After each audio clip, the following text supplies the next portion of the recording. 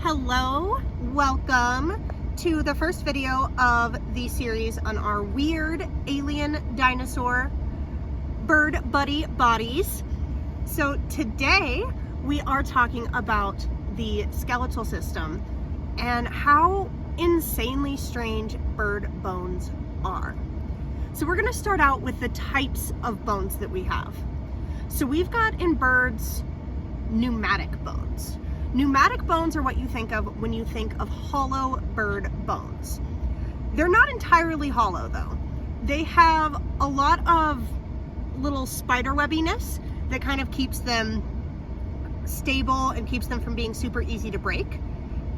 And they're connected to the lungs of the bird.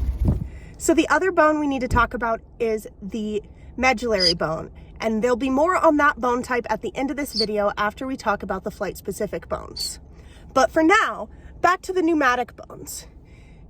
These bones contain oxygen that comes in as the bird breathes. The way that they do this is from their lungs, oxygen or fresh air is directed to two air sacs, an anterior in the front and a posterior in the back.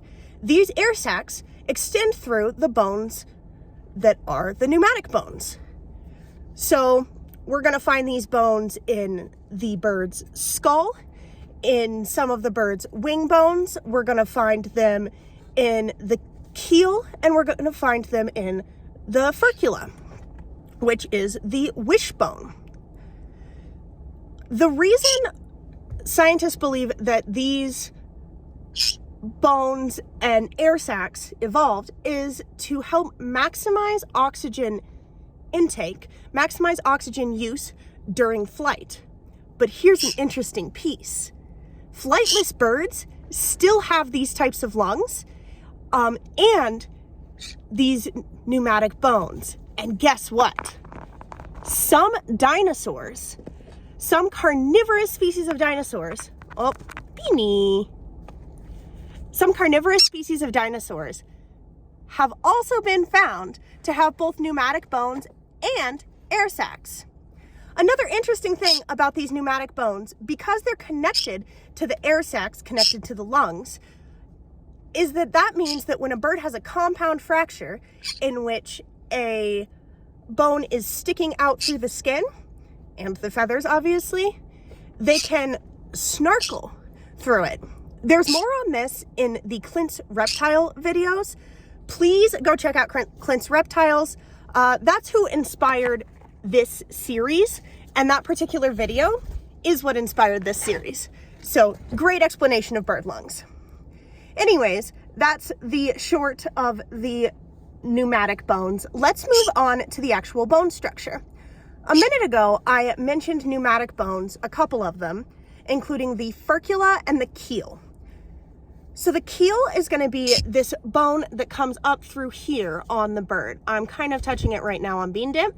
She went away. Yeah, don't touch your bird there. It's kind of a weird spot to be touching your bird. But I did just want to point out that keel. So that's where you're going to have a lot of those flight muscles attach. That's a real strong bone, but it also needs to be a pretty light one. It's one of the larger bones in the bird's body. Now this next bone is basically if your collarbone came together in the middle and had to account for you doing so many jumping jacks all day, every day. And that's going to be the furcula, or what you think of as the wishbone during Thanksgiving. Now this structure answers a question I have had about bird flight for so long. My question was if the upbeat of the wings in between downbeat flaps is costing the bird a lot of energy. So what this bone is shaped like is it's kind of, you've seen a wishbone, it's kind of like a little house with a little chimney on it. And as the bird flaps down, it's going to compress. As the bird flaps up, it springs back, essentially sending the wings back up. This works the way that your foot spring works as you walk. Well, it actually goes and kind of springs you into your next step. So this is the kind of thing that like super interesting to me, because what's happening there is they are spending the energy as they're compressing both the air to gain and or maintain altitude, and that furcula or sternum bone, that's when they're spending the energy. And then it's being used to spring those wings back up and just shoot them, spring them like a rubber band back up to start the next flap. Super cool stuff. And like I said, that answers my question about energy in birds. So the last flighted bird adaptation I want to talk about is going to be the longer neck. This acts as kind of a shock absorber. It's really flexible, right? If you have a pet bird or if you've ever seen one, they can turn all the way around to kind of preen this part of the feather. They can preen this part, all sorts. They can bite you from anywhere.